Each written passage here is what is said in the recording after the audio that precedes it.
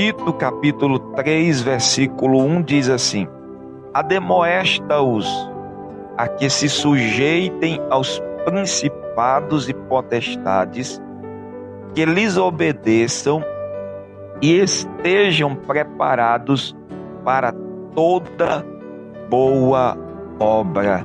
Louvado seja o nome de Jesus. Glória a Deus. Louvado seja o nome do Senhor. Meus queridos irmãos, nós observamos aqui na palavra do Senhor, quando o apóstolo Paulo, escrevendo a seu filho Tito, o apóstolo, ele vem trazendo, louvado seja o nome de Jesus, Paulo vem trazendo aqui para Tito uma recomendação.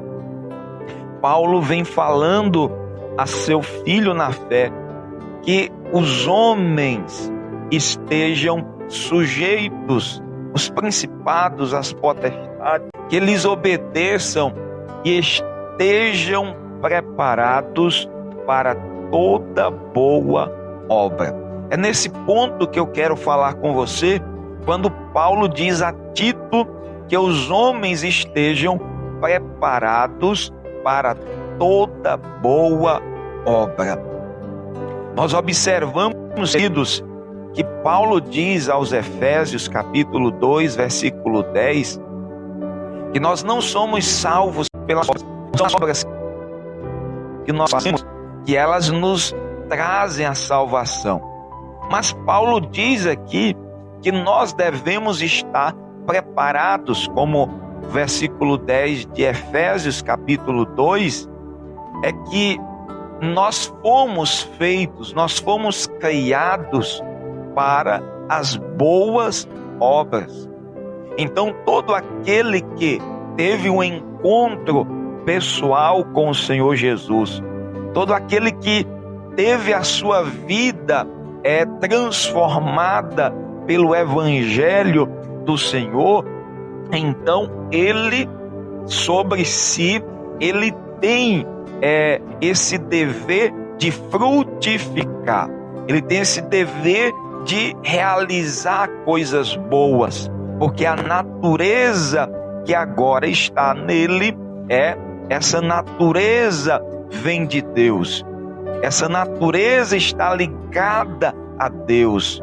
E uma vez que nós estamos ligados, unidos na videira verdadeira, a qual o Senhor Jesus, através de João, registra, ele diz que nós não poderemos dar frutos se essa vara não estiver ligada na videira verdadeira. Então, uma vez ligados na videira verdadeira, nós iremos frutificar.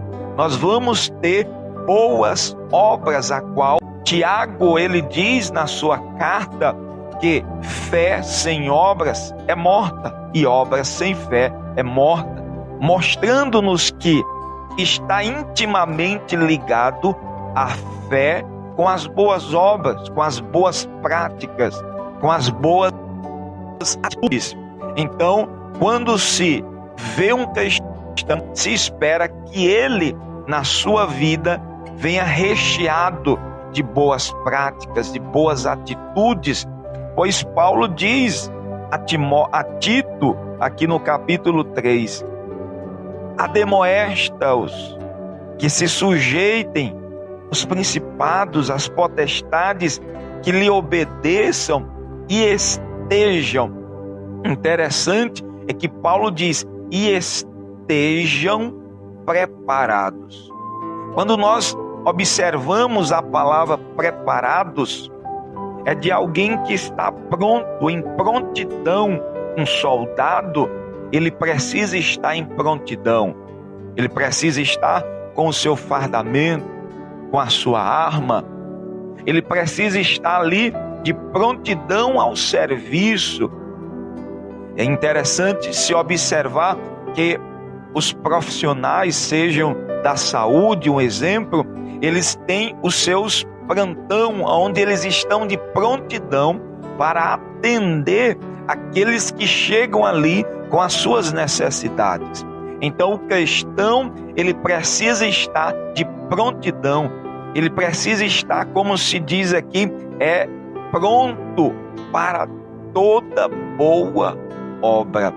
É como se todas as vezes que se procurasse aquele cristão, ele está ali pronto para realizar boa obra, para fazer o bem. As suas atitudes, elas não podem ser um momento como cristão obediente, em outro momento de um cristão que não obedece. Tiago diz que aquele que duvida é como as ondas do mar, que uma hora está em cima, outra está embaixo. Então tem cristãos que são assim, uma hora ele está obedecendo, outra hora ele desobedece. Uma hora ele é fiel, outra hora ele é infiel. Uma hora ele persevera, outra hora ele desvanece. Não, o cristão, ele precisa estar em prontidão. Nós observamos que Jesus, quando no seu ministério terreno, naquele encontro com a mulher ali no tanque ou no poço de Jacó, Jesus, questionado pelos seus discípulos, dizendo para ele comer, Jesus disse que tinha uma comida a comer. E a comida que ele tinha era fazer a vontade do Pai, era fazer a vontade de Deus. Jesus estava dizendo: eu estou pronto, eu estou em qualquer momento. Agora é meio-dia, é hora do almoço, mas eu estou em serviço, eu estou pronto. Pode ser meio-dia, 12 horas, 1h da tarde, 1h da manhã, eu estou pronto. Louvado seja o nome de Jesus. E nós observarmos lá em Salmo de número 1, nós vamos encontrar o salmista falando ali, mais ou menos no verso 3, 4, seguir, nós vamos ver que o salmista diz que o justo é comparado a uma árvore que é plantada junto a ribeiros de água, e diz que as suas folhas não caem. E isso me mostra que se as folhas não caem, em todo momento ele está vivificado. Nós sabemos que no nosso Piauí, período do verão, as folhas caem. Muitas árvores que parecem serem bonitas ali, elas vão perdendo como que se fosse a vida, porque as suas folhas caem. Então o cristão, ele precisa em todo tempo ter essa aparência de que está vivo, demonstrando isso. E uma vez nós vemos que o salmista diz que no seu tempo, na estação própria, ele dá o seu fruto. Então o cristão, ele precisa ter frutos. O cristão precisa estar preparado para toda boa obra. É tanto que Paulo vai dizendo aqui que ninguém infamem, nem sejam contenciosos, mas modestos, mostrando toda mansidão para com todos os homens. Então Paulo diz a Tito que essas obras, interessantes aqui, é que não são obras más, são obras de justiça, são obras de bondade, são obras de amor, são obras de fidelidade. Porque Paulo diz aqui a Tito, porque nós éramos noutro tempo. Então Paulo faz aqui um paralelo, mostrando o tempo passado. Nós tínhamos más obras, nós vivíamos segundo a nossa carne, insensatos, desobedientes, extraviados, servindo a várias concupiscências e deleites, vivendo na malícia, inveja, odiando-nos e sendo odiados. Mas Paulo diz: mas agora não, Agora nós somos diferentes, como está segundo os Coríntios 5:17, que quem está em Cristo, nova criatura é. As coisas velhas se passaram e tudo se fez novo.